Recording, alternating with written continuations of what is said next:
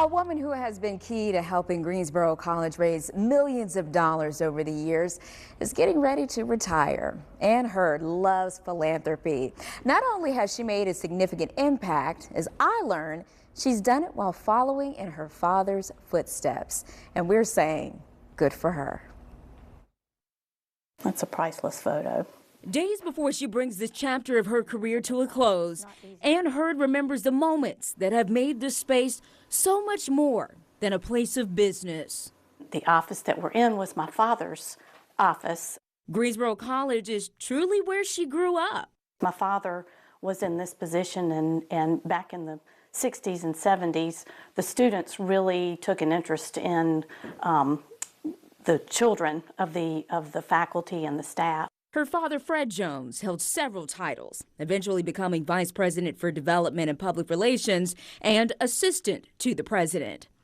And is fond of the days she and her brother were on campus as children, and grateful that she has since added to her family's rich history here. My mother graduated in 1958.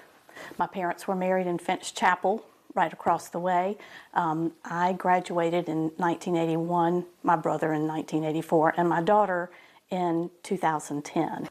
Ann is now Greensboro College's Vice President for Institutional Advancement, serving in the same role her father once held. I didn't follow him immediately, but I have carried on with his work for the last 10 years, which has been very rewarding.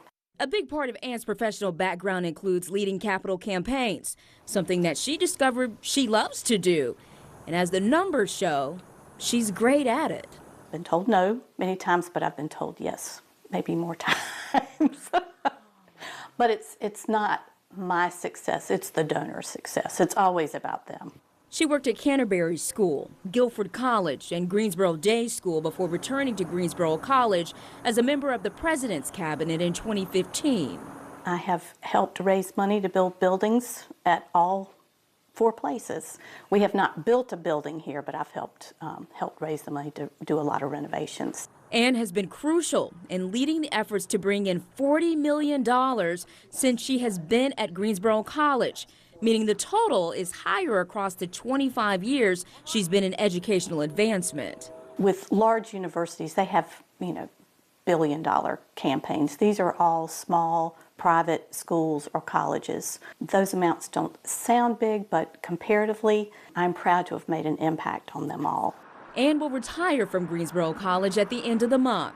Joyful and sad at the same time. It's bittersweet. She's already removed many of the items that were in her office, with the exception of this Otto Zinke chair. Her dad's father gave it to him when he moved to the President's Hall. Ann's father took it home when he retired. And when I was here about my second day, my dad showed up at the door with the chair, and he said, "You need the chair." She wants it to stay until she leaves. A reminder of how this place will always be home. I will miss the people. Greensboro College is a small, very caring community, and so I will miss the people I work with every day.